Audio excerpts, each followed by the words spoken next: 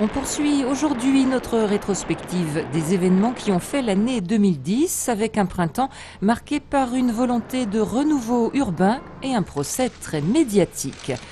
Un peu d'émotion parce que c'est là où on a grandi, on a eu du bonheur. Le 2 avril, à Vaux-en-Velin, on fait table rase du passé. Les 407 logements du Pré de l'Herpe disparaissent en seulement quelques secondes. Le meilleur est passé. Le 28 avril, l'OL se prend une raclée en demi-finale de la Ligue des Champions.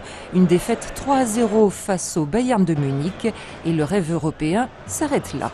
Le 11 mai, Tony Musulin, le plus célèbre des convoyeurs de fonds, fait son entrée au tribunal correctionnel de Lyon. Son procès est le plus attendu de l'année. À la question pourquoi avoir dérobé les 11,5 millions d'euros contenus dans son fourgon, Tony Musulin répond alors avoir voulu se venger de son employeur, la Loomis. Il s'est senti humilié, il s'est senti offensé. Après Vaux-en-Velin, la Duchère, à son tour, dessine son paysage urbain.